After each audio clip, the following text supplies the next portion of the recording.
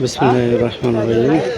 যারা বাইকার রয়েছেন তারা অবশ্যই, যারা বাইক চালান নির্ভরে তারা অবশ্যই তেল নিতে এসেছেন, তারা অবশ্যই তেল নিতে এসে তেল পাচ্ছেন না।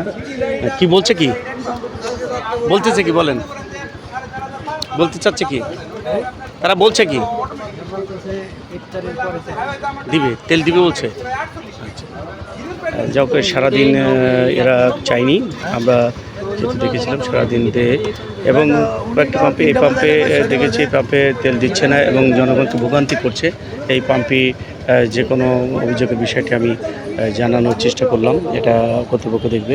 এখানে অবশ্য প্রশাসনিক তৎপরতা যে ছিল সেটাও নাই, একদম পুরোপুরি পাম্পটি বন্ধ করে রেখেছে, বলছে যে তেল এখন তারা দিতে পারবে না। দর্শক, আপনারা দেখছেন যে তেল পাম্পগুলোতে যেভাবে গাড়ি দিনের পর দিন দাঁড়িয়ে রয়েছে। আমি এটা দুপুরের ছবি দেখাচ্ছিলাম আপনাদের। এই তেল পাম্পটি আনোয়ার সিএনজি যে পাম্পটি রয়েছে, পাম্পটি সম্পূর্ণভাবে বন্ধ করে রেখেছে এবং তারা বলছে যে সন্ধ্যার সময় তেল দিবে।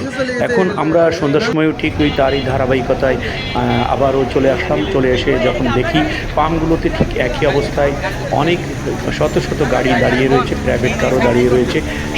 এখানে কিন্তু সিন্ডিকেট কাজ করছে।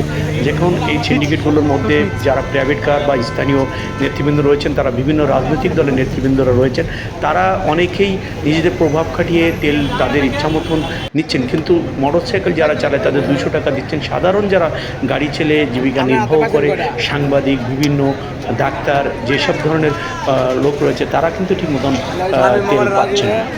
এর থেকে কেউ আবার অনেক জায়গায় তেল বিক্রি করছে, 140 টাকা দরে লিটারে বিক্রি করছে, এমনও অভিযোগ রয়েছে। এছাড়াও যেসব জনগণ রয়েছে, সাধারণ জনগণ দেখছেন যে প্রাইভেট কাররা যারা রয়েছে, স্থানীয় যাদের প্রাইভেট কার রয়েছে, তারা এনে প্রাইভেট কার ভর্তি করে তেল নিয়ে যাচ্ছে, এমন অভিযোগ রয়েছে এই সিএনজি পাম্পের পক্ষে থেকে। এখানে আসলে প্রশাসনিক তৎপরতা না থাকলে যেটা হয় সেটাই এইখানে আনোয়ার সিএনজি পাম্প, এখানে এই অবস্থা বিরাজ করছে। এছাড়াও আশুলিয়া, সাভার, ঢাকার বিভিন্ন অঞ্চলে পাম্পগুলো ঠিক একই অবস্থা বিরাজ করেছে। আমরা আসলে রাত্রে দিনমানেও এসে দেখি যে লাইনে লোক দাঁড়িয়ে রয়েছে, সারা দিন রয়েছে, আর 200 টাকা তেল দেওয়া হচ্ছে। এছাড়া দেওয়ান পাম্পের 100 টাকা করে তেল দেওয়া হয়, এমন অভিযোগ রয়েছে। একটি গাড়ি বিভিন্ন জায়গাতে কষ্ট করে যে 100 টাকা তেল নিয়ে